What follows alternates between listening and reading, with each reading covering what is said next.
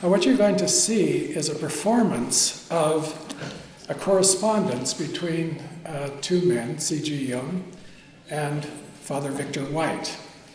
This correspondence was published in this thick book several years ago.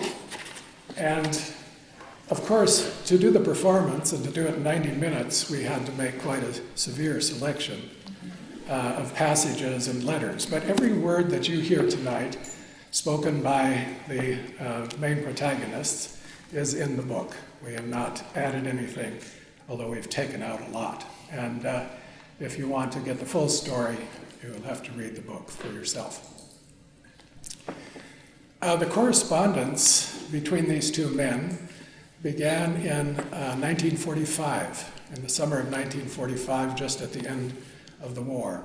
And it began with a letter from Father Victor White, who lived in Oxford, England, to Jung, congratulating him on his 70th birthday.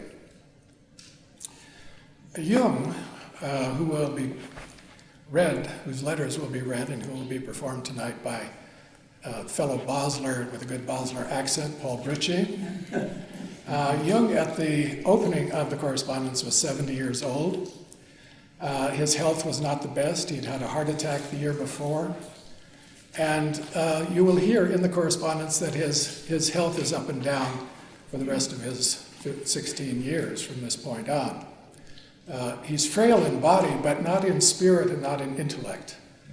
Some of his greatest works are still coming in the years following the war. And one thinks of works like Ion, the essay on synchronicity, Mysterium Conjunctionis, and above all, Answer to Job, which is very relevant in the relationship between Jung and Victor White, as you will see. Victor White is a Dominican priest and a scholar, a theologian, in his mid-40s, and he lives in Oxford, England, and teaches at the Blackfriars. And at the beginning of the correspondence, he has been reading Jung during the war, mostly in German. He's had some analysis with an analyst in Oxford, and he's very interested in making contact with Jung and possibly opening up a dialogue between theology and psychology. That role will be played by John Hill, whom I'm sure many of you will recognize, but in this costume, you've probably never seen him before. And then, as their correspondence develops, an anima figure appears, magically and mysteriously, and she brings with her a lot of charm and synchronicity. They refer to her as the Soror Mystica, and her name is Barbara Robb. She's a friend of Victor White. She lived in London, and she had become interested in Jung's work, and you will see tonight that role performed by Heike Weiss. And then, because we had to cut out a lot of passages, we have a narrator to help you keep the storyline together. And the narrator will be Anne Lammers, who is the editor of the correspondence.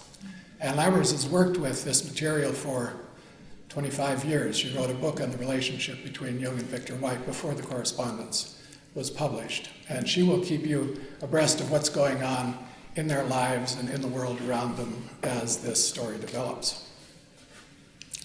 So our hope is that the performance will give you a lively impression of these two personalities as they engage each other in dialogue. In our selection, we focused mainly on two themes. One is their personal relationship as it develops in the course of the correspondence. And the other thing is the intellectual content that passes between them, focusing especially in the second half on a big problem, really, that separated them, the nature of God, the problem of evil, privatio boni, all of that you will learn more about in the course of this performance. So I hope you enjoy it and that these figures really come to life for you, and I wish you a very nice evening. So without further ado, the Jung-White letters.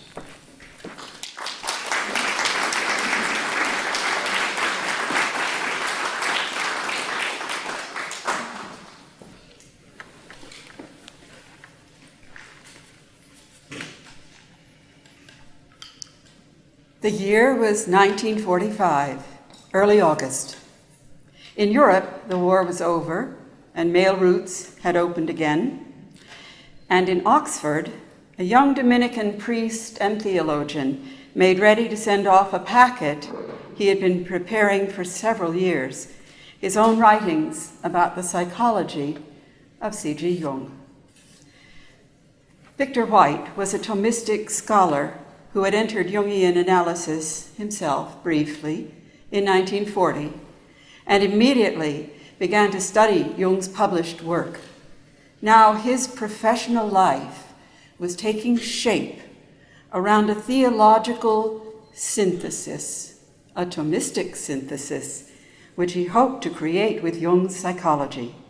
He deeply hoped for Jung's blessing and cooperation.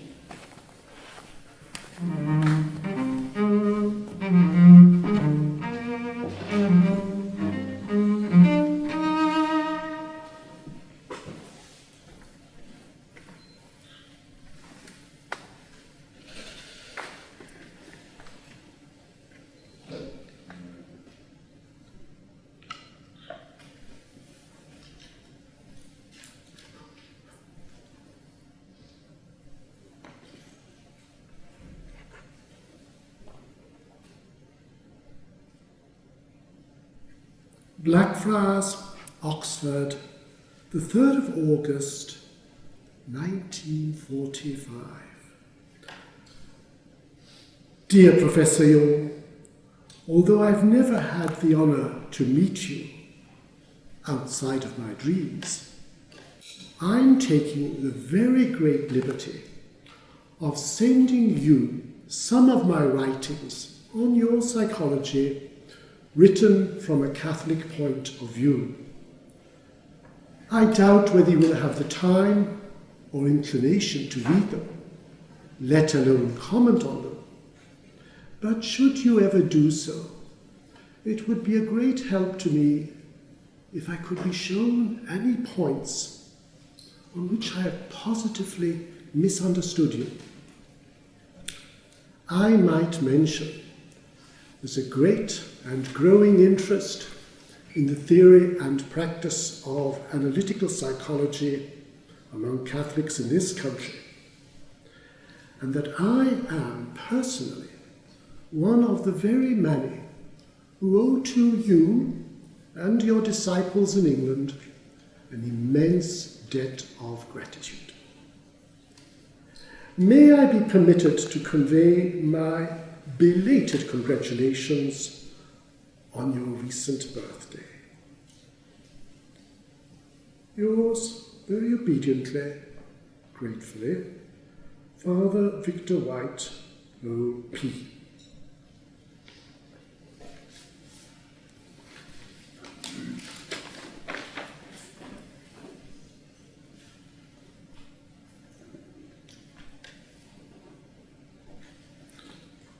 Fifth of October 1945.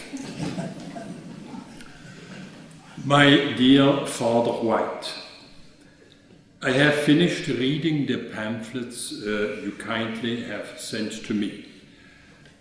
My first reaction was, what a pity that you live in England and that I have you not at my elbow when I'm blundering in the wide field of theological knowledge. Excuse the irreverential pun. You are to me a white raven, in as much as you are the only theologian I know of who has really understood something of what the problem of psychology in our present world means.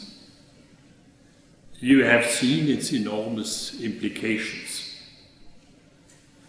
I cannot tell you how glad I am that I know a man, a theologian, who is conscientious enough to weigh my opinions on the basis of a careful study of my writings. This is a really rare occasion. Yours sincerely, C.G. Jung. My dear Professor Jung, your letter has quite staggered me. This brief note is to thank you with all my heart. My dear Father White, a book, Psychologie der Übertragung, Psychology of Transference, is with the printer.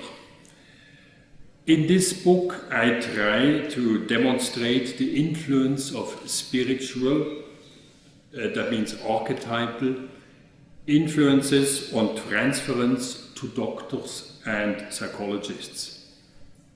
It is difficult and will be certainly misunderstood, as the lack of education is appalling in our days. I recently discovered the interesting fact that not only communists, but also socialists begin to growl against my insistence on the spiritual value of the individual. They are now handing on the rumor that I am a Nazi. As a matter of fact, this endeavor to suppress the individual in favor of mass psychology is not done, which thrives now on the left wing. I'm also accused of conversations with Jesuits. In a future socialistic or even communistic state, psychotherapy will be a subversive movement, if it is going to last at all. It will share the fate of Christianity in as much as it is a development on the basis of and within Christianity. I remain yours sincerely, C.G. Jung. Dear Professor Jung, I've been very much wondering whether you could spare me any time if I were to come to Zurich for a few days during the summer vacation. Of course, I would not take up any more time than you could conveniently spare. And I would attire myself in a disguise to forestall any unseemly comments from the totalitarian left. But I would rather not undertake the journey if there was no opportunity of seeing you at all. Thanking you once again, dear Professor Jung, for your kindness and most encouraging interest. I have been very pleased with your letter, and I hasten to answer it at once. It is a nice idea of yours that you want to come out to Switzerland between July and September. I should like you to consider yourself as my guest during your stay here. I shall be in the country on the upper part of the Lake of Zurich, where I have a little country place. If you are a friend of the simple life, you will have all the comfort you need. If your tastes should be too fastidious, you would find it a bit rough. To give you an idea, I do my own cooking and chop my own wood and raise my own potatoes. But you have a decent bed and a roof over your head, and we shall have plenty of time to discuss whatever under the sun. As to clerical garments, you need no disguise whatever, since we shall be in a Catholic country, not very far from the famous monastery of Einsiedeln. But I warn you to bring something old with you, so that you spare your good clothes, and a pair of light shoes for occasional sailing on the lake. Yours sincerely, C.G. Jung. Easter Sunday, 1946. Dear Dr. Jung, thank you so very much. It all sounds like my idea of heaven. And I am at once putting together passports, permits, and tickets. My only misgivings is that I'm the world's worst cook, and I find myself torn by the horrible dilemma of giving you indigestion, or the humiliation of letting you cook my meals. I suppose the humiliation is better for us both, but I'm certainly going to get some lessons in cooking before August. Yours very gratefully, Father Victor White, OP. White did visit the tower in August in 1946, the first of many visits. They sailed in Jung's small boat and talked of their common projects. When he returned to Oxford in September to his teaching duties, White also found new meaning in his work as a confessor and a psychotherapist. In October, he wrote, My dear Professor Jung, a few nights ago, I dreamed I was on a largish sailing boat, sailing from Norway to England. I was roaming carefree all over the boat. You were captain at the wheel. After a while, we were scudding along in a southerly direction at considerable speed, amid perilous rocks. But we always missed them. Not so much because you were captain at the wheel, but because the wind, yes, the wind was taking care of us and would never wreck the pair of us. Presently we were speeding along very close to the shore. Again we always missed it. After a while we reached a small coastal town, and the boat, with you calmly at the wheel, smoking your pipe, imperceptibly mounted the shore and sailed down the streets, dexterously missing all the buildings and traffic. She was amphibious. I hope this is all right and not inflation. I must say I'm gaining much more confidence than hitherto. Yours ever most gratefully and sincerely, Father Victor White, OP. Dear Father White, your dream is very much to the point. I had all sorts of feelings or hunches about you and the risks you are running. We are indeed on an adventurous and dangerous journey. But the guiding principle is the wind. It means the pneuma. After the congresses, I had to spend about 5 days participating in the reception of Mr. Churchill, in Bern as well as in Zurich. At the last dinner, I even had the seat beside him. He was very tired, more than I was. hoping you are always in good health and in good spirit. I remain yours, C.G. Jung.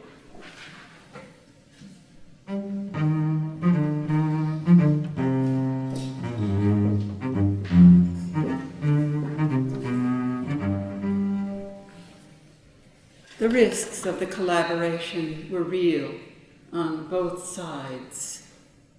10 days after he wrote this letter, Jung himself was at death's door.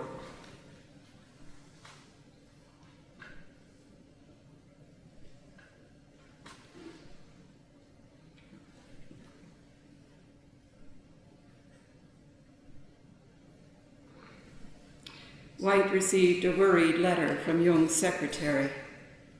November 16th, 1646.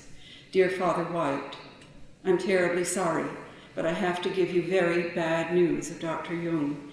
He fell ill last Sunday, and at first it didn't look very serious, but then he got worse, and finally the doctors established the fact that it must have been another infarct in the heart.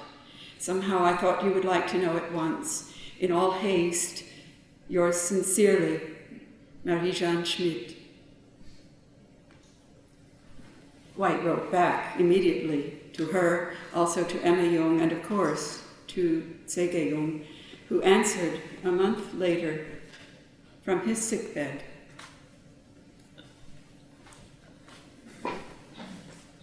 Dear Father White, it is a great consolation to know that one is included in the prayers of fellow beings. The aspectus mortis is a mighty, lowly thing when you are stripped of everything in the presence of God. Yesterday I had a marvelous dream. One bluish, diamond-like star in heaven, reflected in a round, quiet pool. Heaven above, heaven below. The imago Dei in the darkness of the earth, this is myself. The dream meant a great consolation.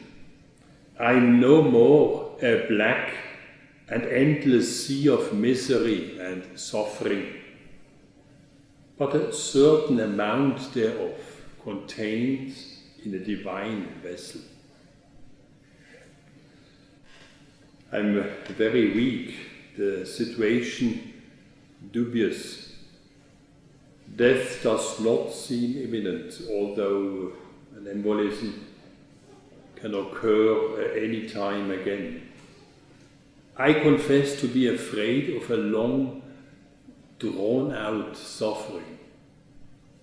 It seems to me as if I were ready to die, although, as it looks to me, some powerful thoughts are still flickering like lightnings in a summer night. Yet they are not mine. They belong to God, as everything else which bears mentioning. Please write again to me. You have a purity of purpose which is beneficial.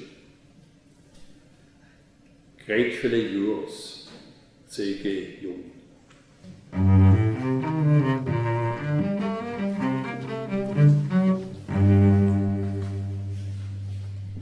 The turn of the year brought a gradual mending in Jung's health. The correspondence, too, returned to its old channel, but with a new addition.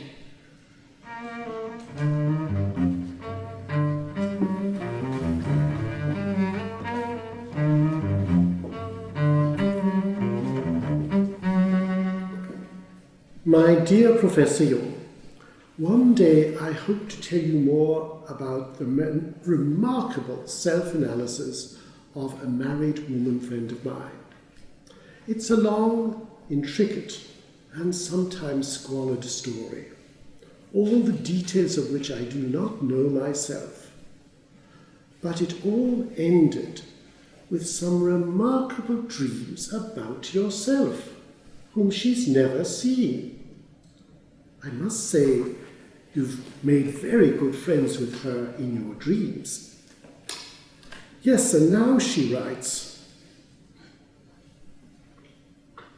I am glad Jung likes being prayed for, because recently my whole life seems to have taken the form of a sort of prayer for him. Everything that I do, good, bad, and indifferent, goes into it. And the prayer is that he may be all he can be. I never thought of doing it, but just found it happening. It's something to do with having got to know him so well in a dream.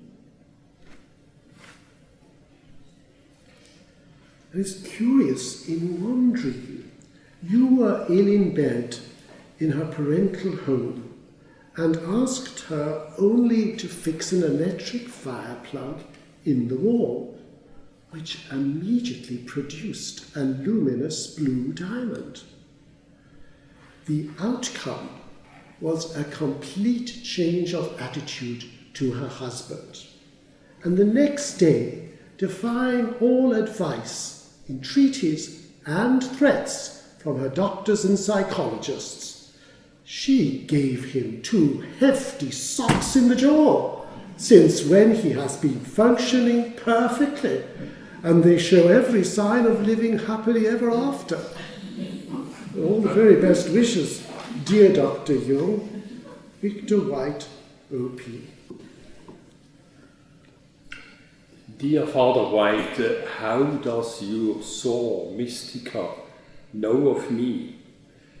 Please tell her that from whatever she has read or heard of me, she has understood my innermost tendency, which I assume is, whether I know it or not, whether I agree with it or not, the divine cause of my existence.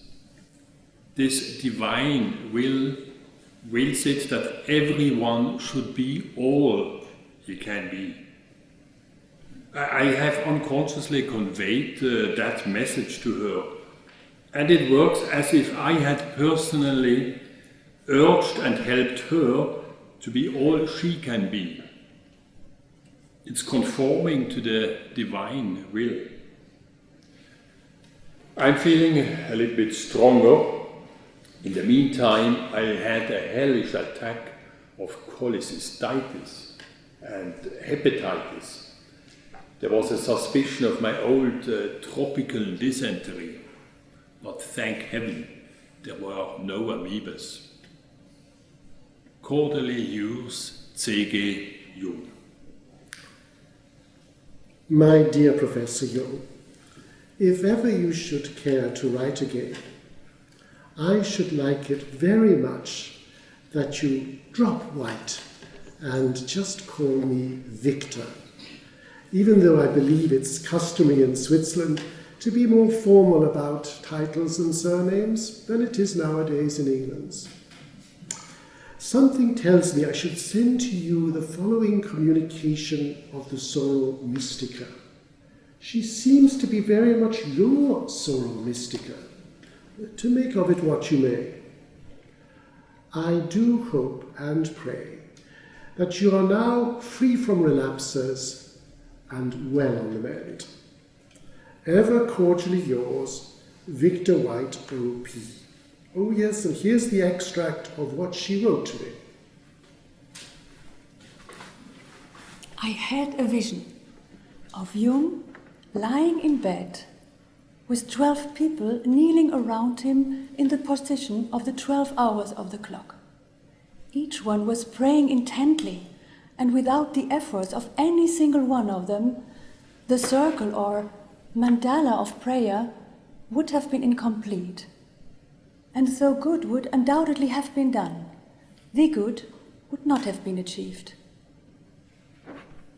the experience of living for Jung brought with it an extraordinary sense of living with a tremendous increase of intensity, I would not be surprised if I were told that I had lived 10 years' worth of life in those few days.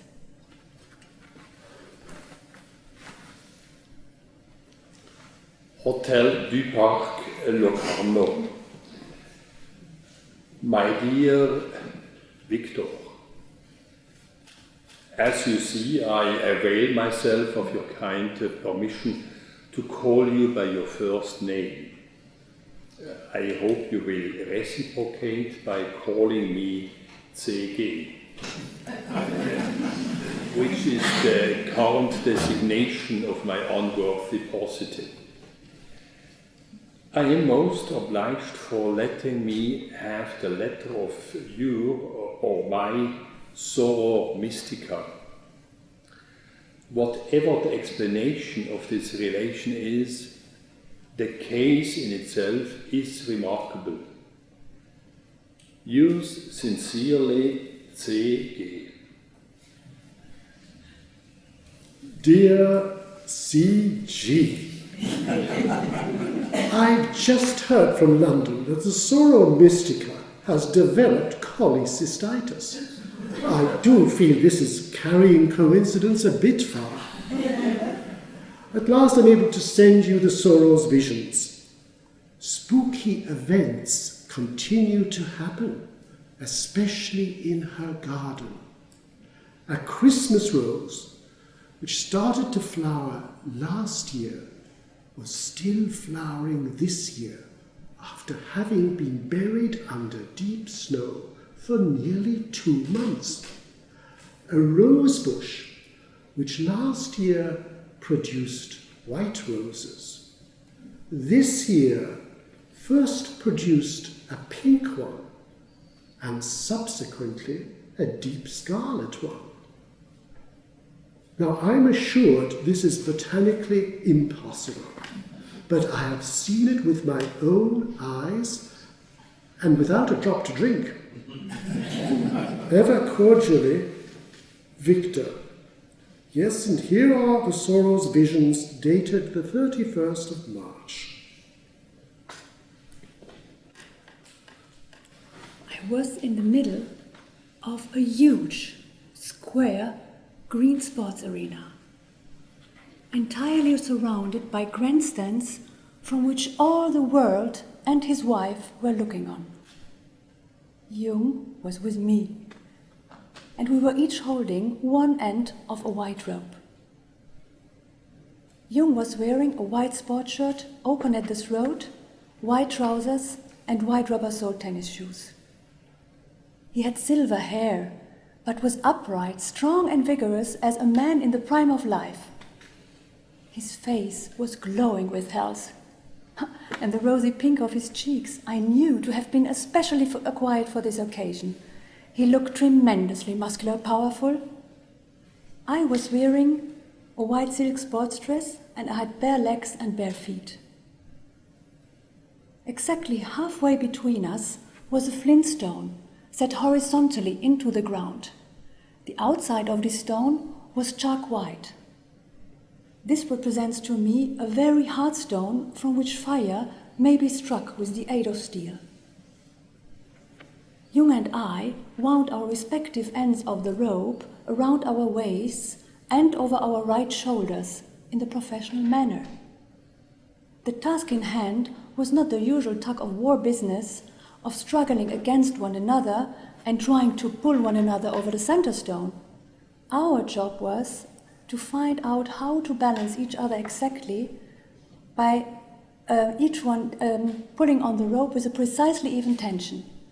The heaviest one having to adjust his or her weight to the lightest in order that the maximum tension should be attained.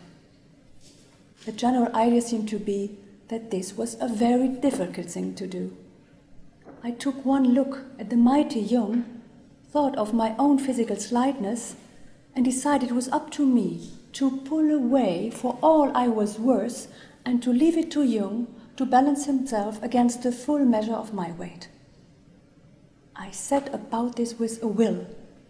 But before I was using more perhaps than a quarter of my strength, I found to my amazement, almost to my horror, that I was pulling Jung off his feet. I had hastily to reverse my tactics. Jung now threw all his weight onto the rope, and then, with a speed which astonished me, my instincts immediately found the right tension for my own pull, without trial or error. As we thus hung, in perfect balance on the rope, a tremendous energy swept through each of us simultaneously. It seemed to radiate from the tension on the rope. We enjoyed it for a moment. Then, when any more of such intensity would have seemed too much for us, we let go of the rope and rushed to the center mark, across which we fell into each other's arms. Meanwhile, the onlookers had burst into a great cheering and waving of flags, and it was evident that the energy which produced this demonstration was part and parcel of the energy we had released from the rope. The arena by now had become round in shape. The alteration probably took place at the moment of balancing. It occurs to me that, seen from an aeroplane flying high above, the arena would at this moment have looked like a flower.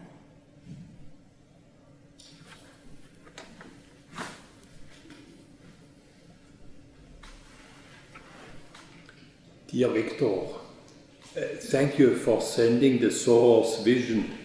It is pure alchemy. Are the white roses grafted on a red stem? One should ask a gardener so that we are sure we have not to deal with too many miracles. Please give my best regards to the Sour. I remain yours cordially, C.G.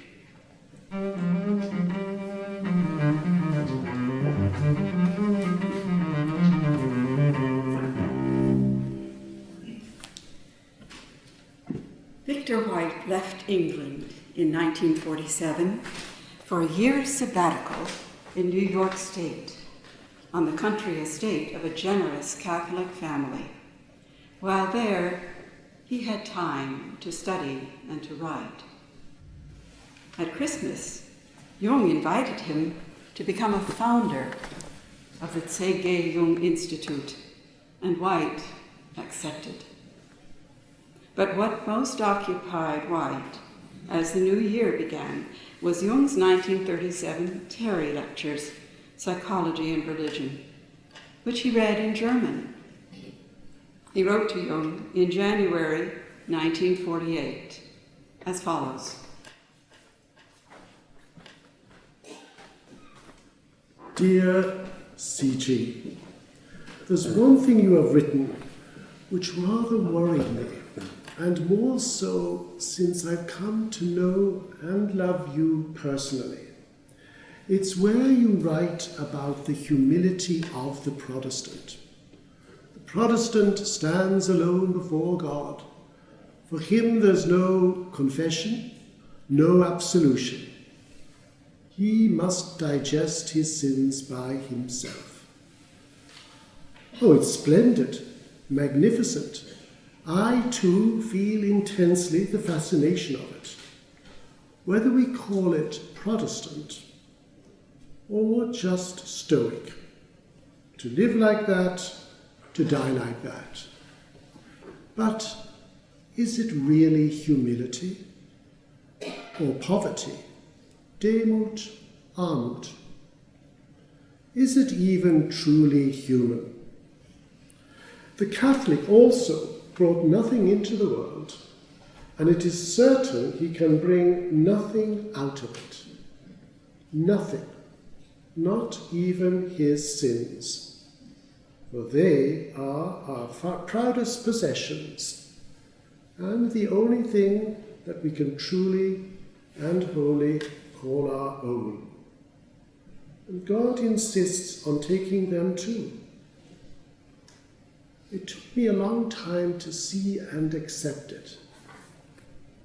But there's a terrible hubris in to digest his sins by himself. The Catholic must acknowledge and accept his dependence on the earth, which to the very end supports him. There's always gravitation. In the end, especially at the end, he must submit to spirit through matter.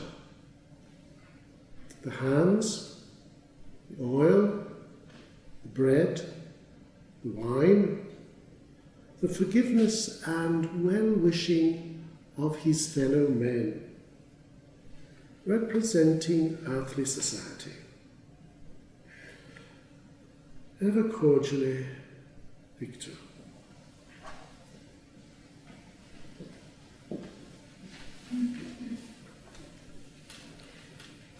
Jung never answered this letter directly, but his next letter may have been a kind of answer.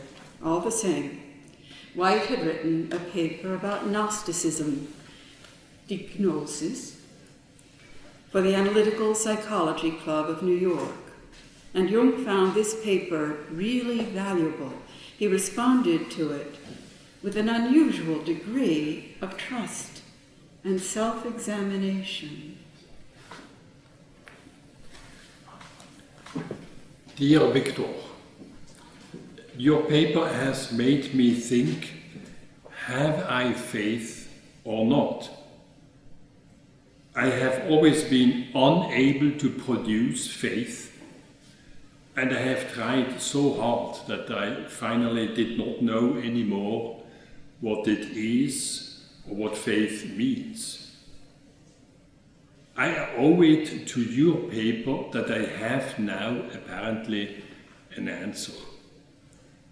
Faith, or the equivalent of faith with me, is what I would call respect. I have respect of the Christian truth. Thus it seems to come down to an involuntary assumption in me that there is something to the dogmatic truth, something indefinable to begin with.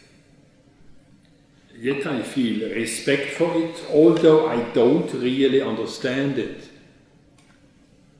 But I can say my life work is essentially an attempt to understand what others apparently can believe.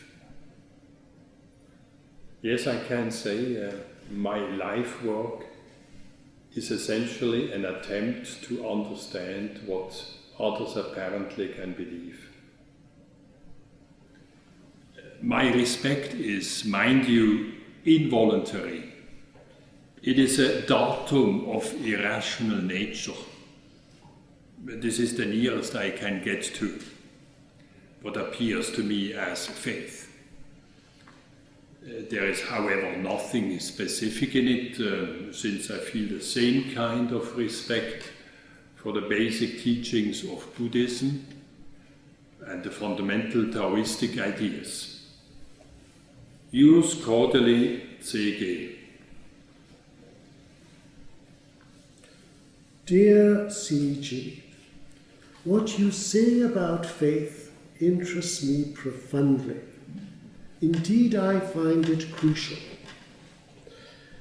I'm not sure, though, how far my own limited experience and reflection here concur, and how far they may conflict with yours.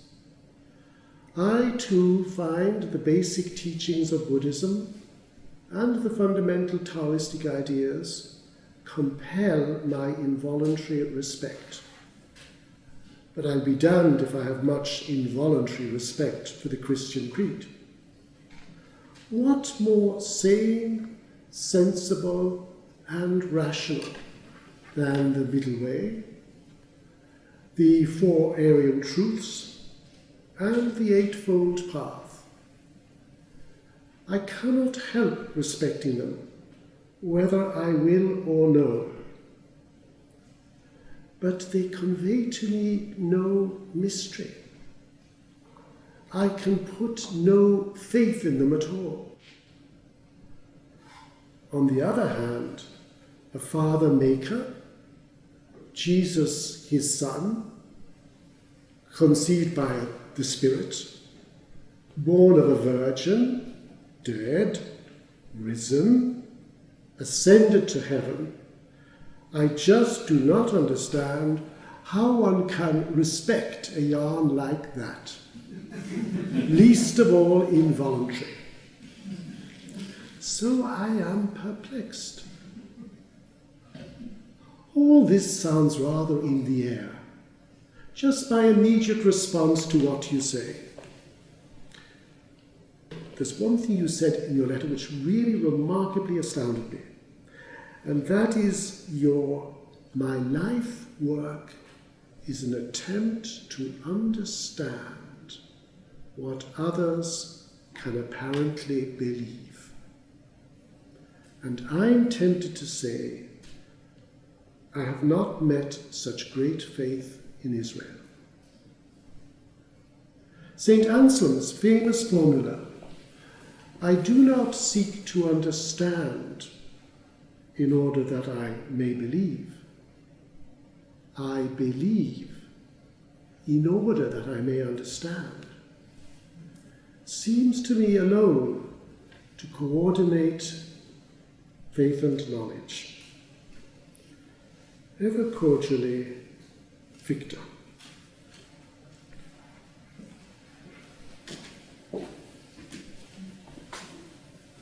While these letters were going back and forth, Jung was working with intense excitement on his lecture for the Eranos of 1948, Über das Selbst, on the self.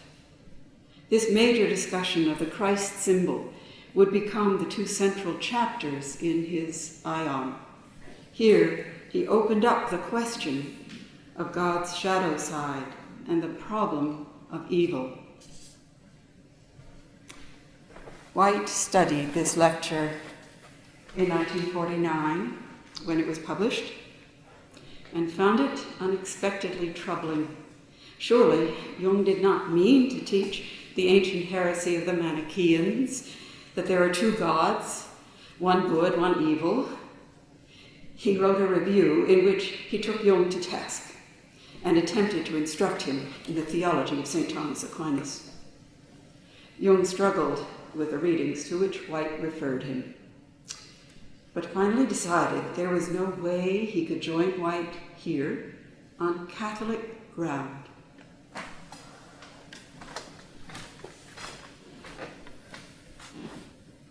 "31st of December 1949. My dear Victor, before the old year goes to end, I should like to write to you. I took a dive into St. Thomas, but I did not feel refreshed afterwards. This privatio boni business is odious to me on account of its dangerous consequences. It causes a negative inflation of man who can't help imagining himself, though not as a source of the good, at least as a great destroyer, capable of devastating God's beautiful creation. This doctrine starts Luciferic vanity. It gives a monstrous importance to the soul, and not a word about upon whose account the presence of the serpent in paradise belongs. The question of good and evil, in as much I am concerned with it, has nothing to do with metaphysics. It is only a concern of psychology. I make no metaphysical assertions. I am deeply convinced of the unity of the self, as demonstrated by the mandala symbolism. but dualism is lurking in the shadows of the Christian doctrine. The devil will not be redeemed, nor shall come to an end eternal damnation. As long as evil is a mere privation of good, nobody will take his own shadow seriously. Hitler and Stalin go on representing a mere accidental lack of perfection. The future of mankind very much depends upon the recognition of the shadow. Evil is, psychologically speaking, terribly real. It is a fatal mistake to diminish its power and reality, even merely metaphysically. I'm sorry, this goes to the very roots of Christianity. Evil verily does not decrease by being hushed up as a non-reality or a mere negligence of man. It was there before him, when he could not possibly have a hand in it. God is the mystery of all mysteries, a real tremendum. Good and evil are psychological relativities, and as such quite real. Yet one does not know what they are. For this reason, they should not be projected upon a transcendent being. With all good wishes for a successful and happy New Year. Yours cordially, C.G.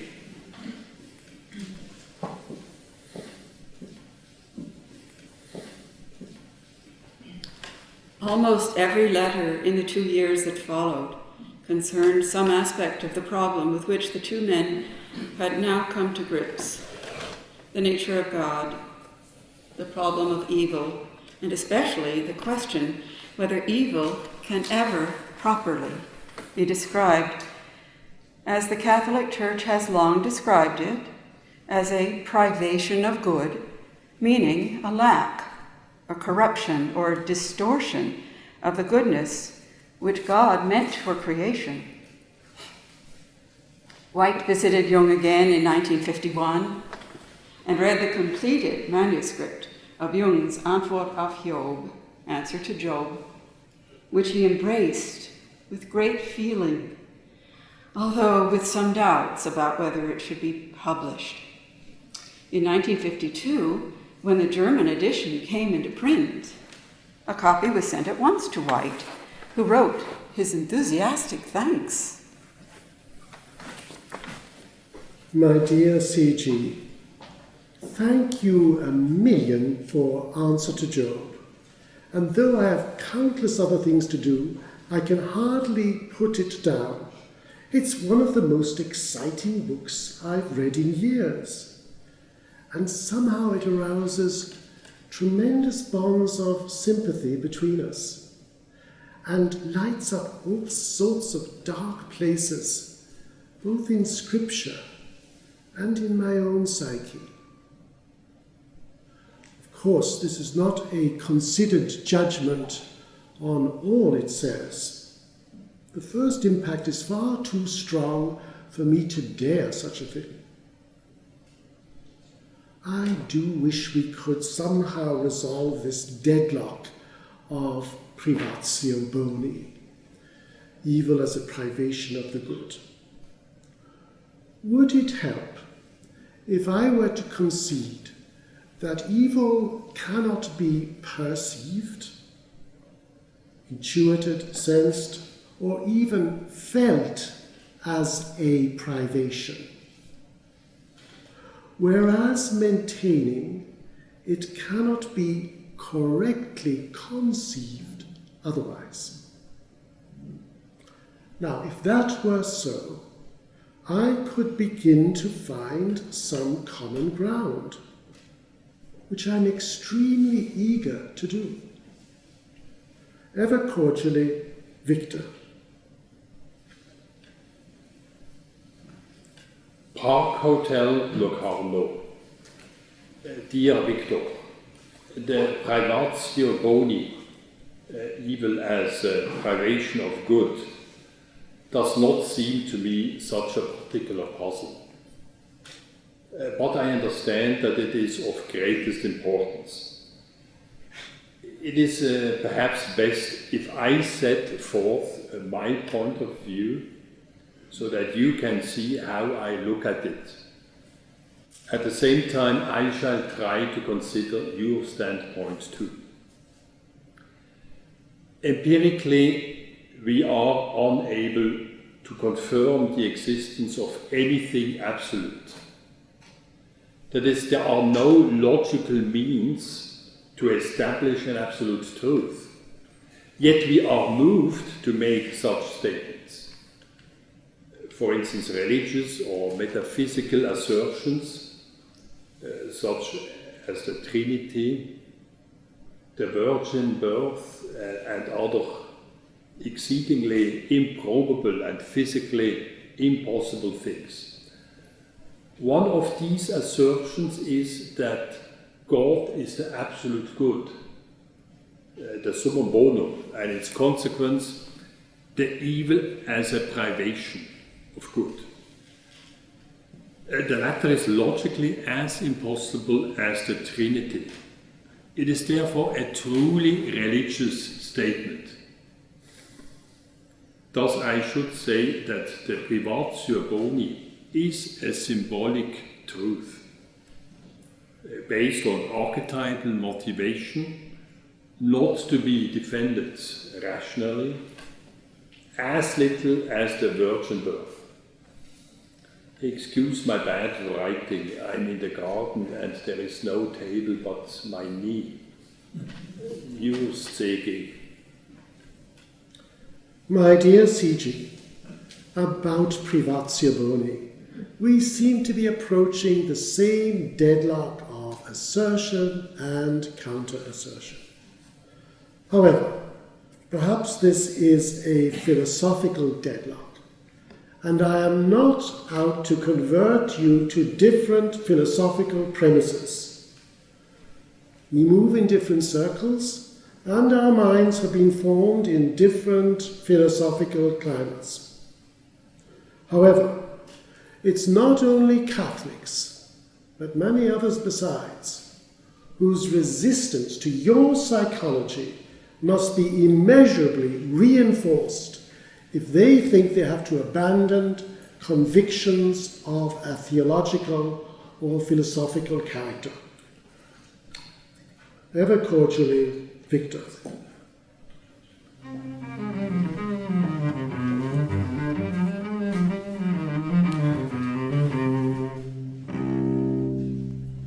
Meanwhile, in the early 1950s, events in White's professional life were moving forward.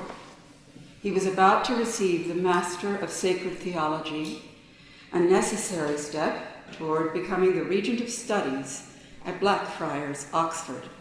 As Regent of Studies, White would have authority in setting the curriculum for young Dominicans for years to follow. Everything was in readiness for him to enter this important position in 1954, when the current regent ended his term. But another requirement for the promotion was creating great internal difficulty for White. He was going to be required to sign an anti-modernist oath, which violated his conscience both as a theologian and as a Jungian. Should he wrote to Jung, leave his community and give up his life as a Dominican. In 1953, he opened his heart to Jung about his vocational dilemma.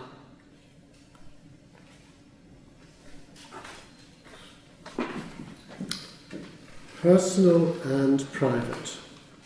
My dear C.G., I've just asked the I Ching if I should report and write to you about my present miseries.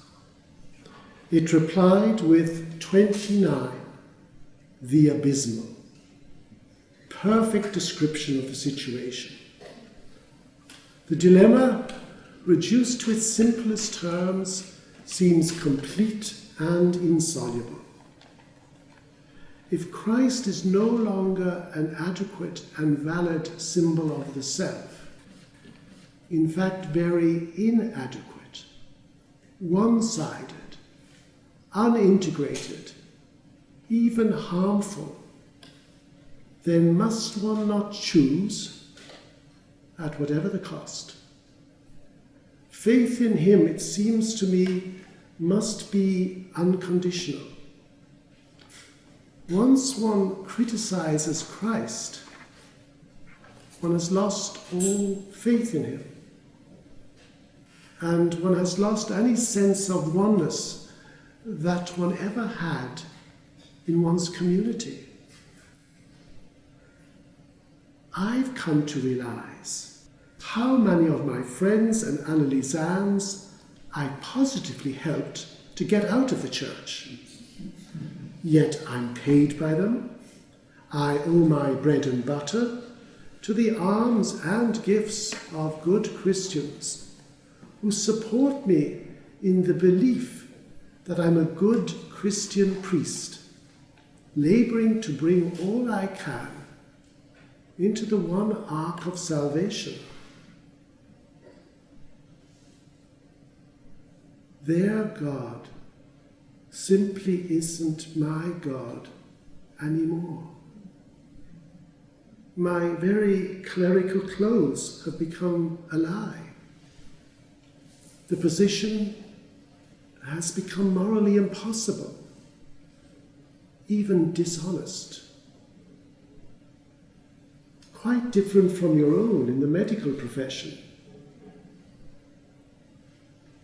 And so I tell myself from time to time, I must get out. And I certainly don't relish starting life all over again at 51 in a world for which I am totally unequipped. Yet, what shall it profit a man if he gains the whole world and loses his soul? And so I almost decide to pack up and go. And for a while I feel in peace and tranquility. I did so a few days ago. And then I was promptly awoken by a nightmarish dream. I was in a trench with other chaps, firing guns. To the right was an officer who was cursing us because we were hitting nothing and just creating a hell of a lot of smoke.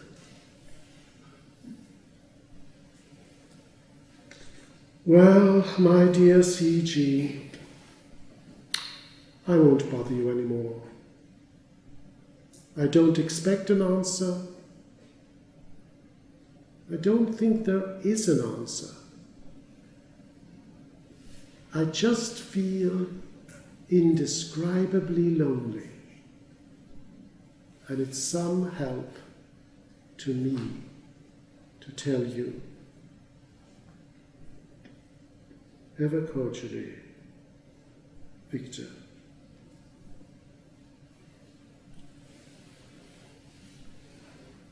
Dear Victor, forget for once dogmatics and listen what psychology has to say concerning your problem. Christ as a symbol is far from being invalid, although he is one side of the self and the devil the other. Whatever your ultimate decision will be, you ought to realize before that. Staying in the church makes sense, as it is important to make people understand what the symbol of Christ means as such understanding is indispensable to any further development. There is no way around it, as little as we can eliminate from our life old age, illness, and death.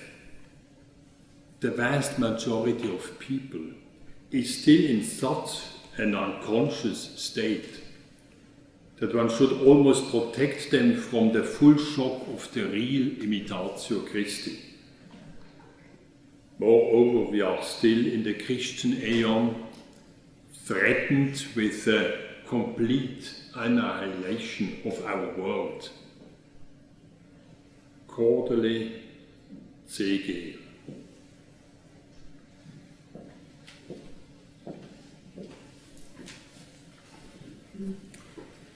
White thanked Jung for his support.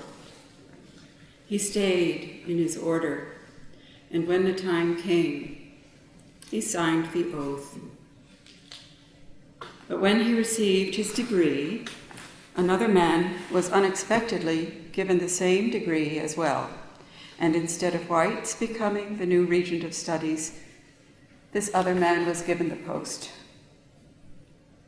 After this humiliating and unexplained reversal, which made White feel he had sacrificed his conscience for no purpose, he was also asked to leave Oxford, to leave England, in fact, to go as far away as possible. Oxford, the 25th of September, 1954. My dear C.G., the problem has changed considerably, at least from the outside. I think the last you heard from me was I got to taking that oath and the mastership in theology.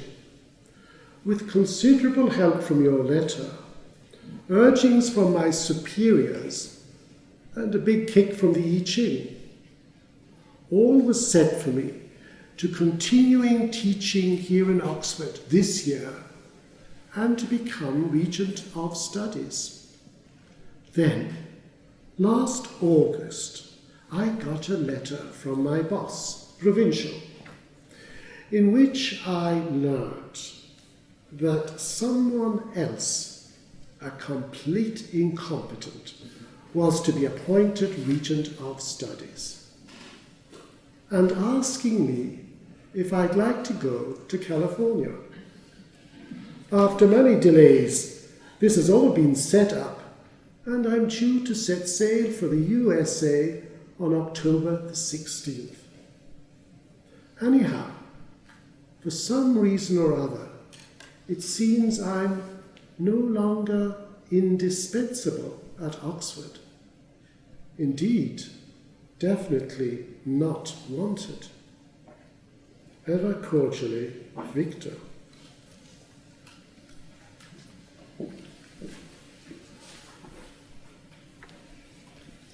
White made himself useful in Oakland, California, where the Dominicans had a house of studies. But he was a badly injured man. In March 1955, returning to Europe for a visit, White wrote, from on board the Queen Mary, he had just published a review of Answer to Job. The book had now appeared in English translation, which meant his colleagues in England were reading it, and White was forced to deal with it in print. But now, as he wrote to Jung, he had a sense his criticisms may have gone too far. When you read White's 1955 Blackfriars Review, you might also feel that the intensity of his attack on Jung goes beyond what could be justified. Among the otherwise well-balanced paragraphs, you'll find passages suggesting that Jung is mocking his faithful Catholic followers to test how far they will follow him. White calls Jung an emperor with no clothes, and implies that Jung has publicly dishonored himself in his old age.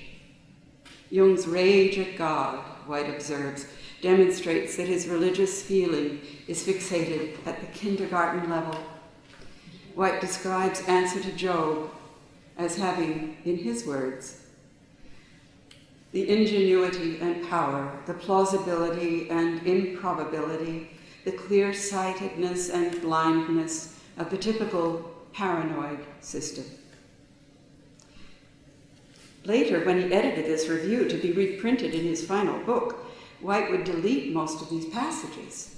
Now, having just sent it to the Blackfriars Journal, he wanted Jung to understand why he had questioned Jung's good faith.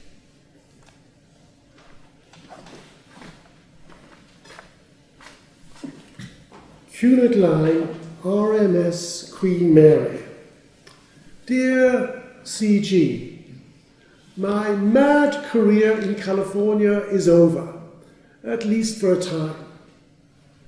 And here I am on the high seas, trying to recollect myself in order to confront the ordeals that will await me in Europe. I wonder, what induced you to publish Answer to Job? When you gave me the manuscript, you were so emphatic you would not. I just do not understand what is to be gained from the publication of such an outburst. However cathartic for yourself and profoundly moving for your intimate friends. From my own point of view, I can see only harm coming from it, not least to my own efforts to make analytical psychology respected and accepted by Catholics and other Christians as well, who need it so badly. The effect is all very well, but a public parade of splenetic shadow makes me very sad indeed. It's so unlike the real you. I'm sorry, but that's how I feel, and very deeply. However perverse my feeling is, I'm sure you will understand that it springs from a deep affection for yourself and for the tremendous importance for humanity of the work you have been given to do. It seems I'm destined to become a wanderer, as homeless physically as I am spiritually. My experiences in California have made me less rather than more at home as a Catholic priest. Dear Victor, thank you for your letter and all the criticism it contains. As long as you do not identify yourself with the avenging angel, I can feel your humanity, and I can tell you that I'm really sorry for my misdeeds, and so about God's ways with the poor anthropoids that were meant to have a brain, enabling them to think critically. As I am grateful for the fact that you call me to order and that your judgment, be it correct or not, does not spare me.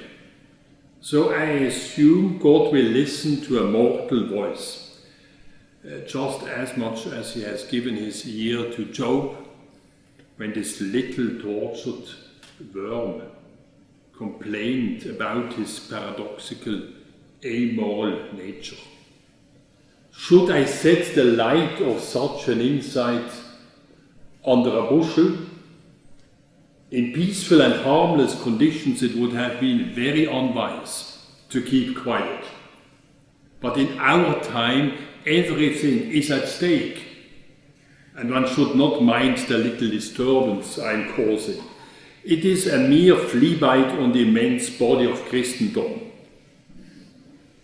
if I'm causing trouble to the peace of mind of serious theologians, I'm sorry, but I really do not see why their sleep is better than mine. You should be glad that somebody thinks about God at all. The apostles and the early fathers of the church had no easy life. And moreover, no Christian is meant to go to sleep in a safe pew. Look at the world. The whole damn thing is rent from top to bottom. And so is man in our infernal epoch. I have hesitated and resisted long enough until I have made up my mind to say what I think. The peace of the church is one thing, and getting behind the time another. Your criticism of my motive concerning Job is certainly unjust, and you know it. It is an expression of the mental torment you had to undergo in the USA and in Europe. Nobody has more sympathy with your predicament than I have. Having chosen the life of the monk, you have separated yourself from the world and exposed yourself to the eternal fires of the other. Somewhere you have to pay the toll either to man or to God, and in the end you will discover that both overcharge you. It would be a great mistake to think you can slip through such an ordeal without the most violent emotions. You yourself are profoundly emotional about it, and you could not make anybody believe that you are not in a hell of suffering. There is no comfort and no consolation anywhere except in the submission to and the acceptance of the self, or you may call it the God that suffers in his own creation. My psychology, unfortunately, tries to be honest. It is certainly the hard way, neither an easy consolation nor a narcotic. Nobody touching it in earnest can avoid seeing the dark side and feeling it.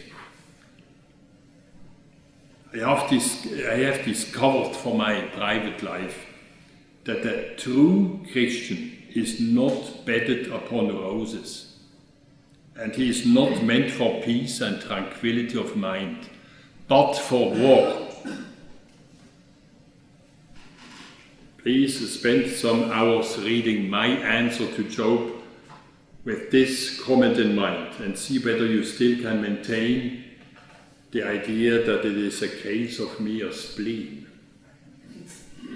Could we not apply the same qualification to your own bad temper? When you arrive in Zurich, I shall be away in Bollingen. But when we return in the beginning of May, I should like you to stay with us in Küsnacht. Cordially yours, C.G. Hotel Plattenhof, Zurich Bergstrasse 19. My dear C.G., I certainly appreciate Answer to Job as a stimulant to consciousness. It certainly clarified my own.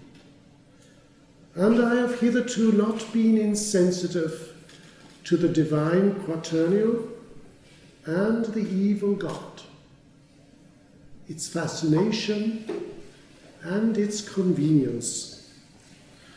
But now I find myself quite definitely in painful agreement, not only with your theological and philosophical, but also with your scientific critics. For a clarification of my own position, I am truly grateful. But finding myself in opposition to your views and your own union of opposites, is naturally painful and give rise to practical problems. I should certainly like to see you and have anything or everything on the mat. But your letter leads me to say I should not like to meet you on the basis of any misunderstanding. Yours sincerely and cordially, Victor.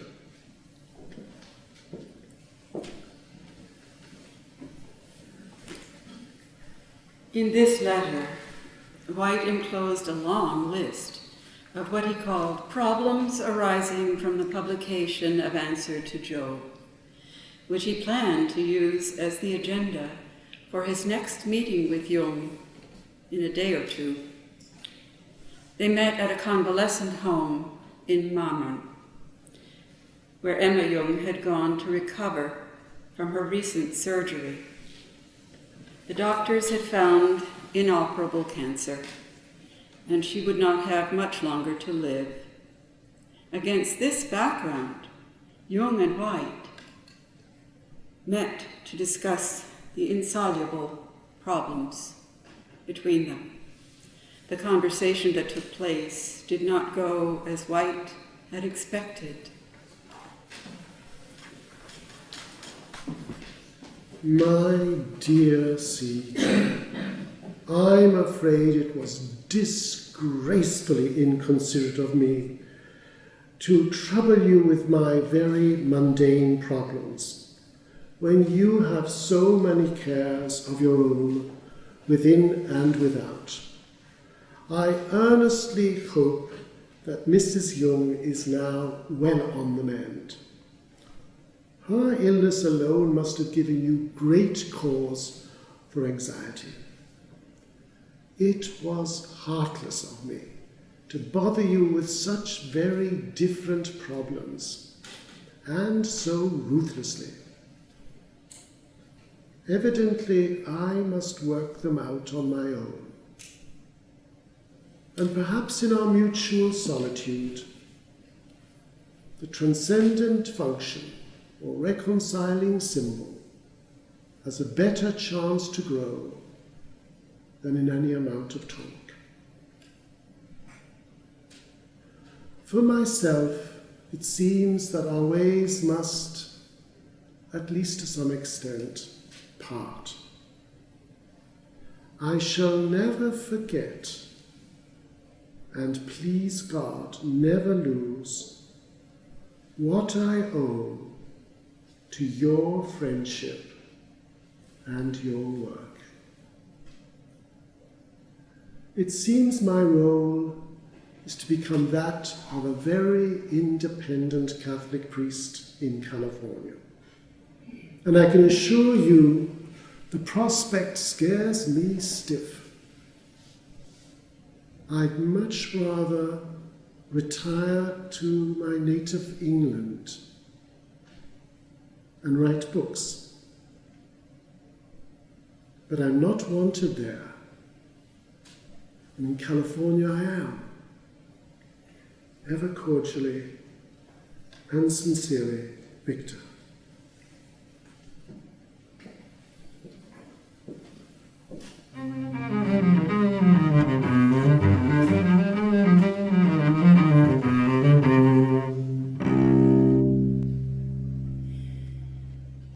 Between 1955 and 1959, a silence fell.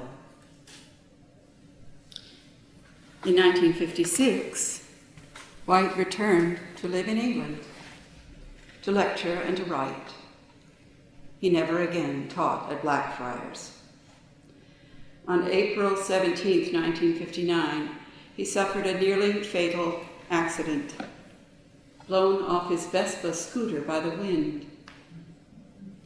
Then, as he was recovering from his head injuries, he received a further diagnosis of intestinal cancer. His death followed in a few months. Hearing about White's accident, Jung still refrained from contacting his former friend. But at his birthday in 1959, Jung received a greeting from an unexpected source, the mother prioress of a contemplative community, who was one of White's dearest friends in England.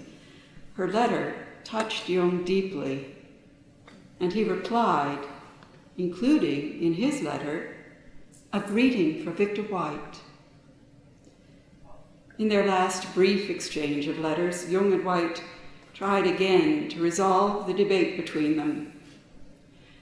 But White's illness advanced rapidly, and Jung soon recognized he could only send some reconciling words of farewell, which White answered gratefully. In April 1960, Jung sent White a small photo of himself, since he could not visit in person, and he wrote his last letter.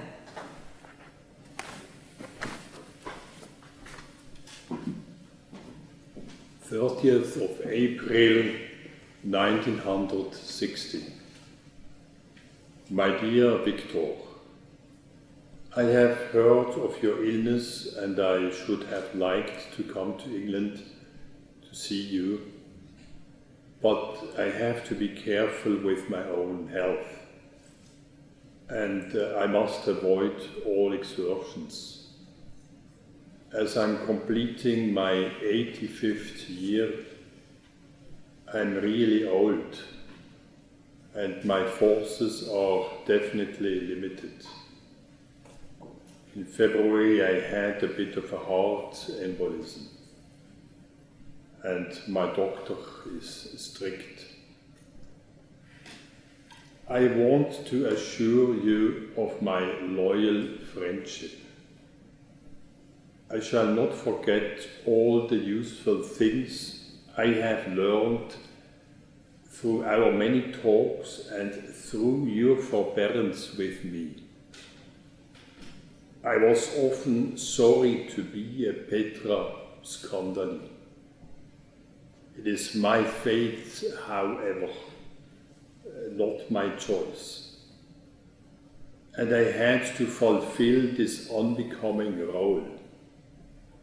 Things had to be moved in the great crisis of our time.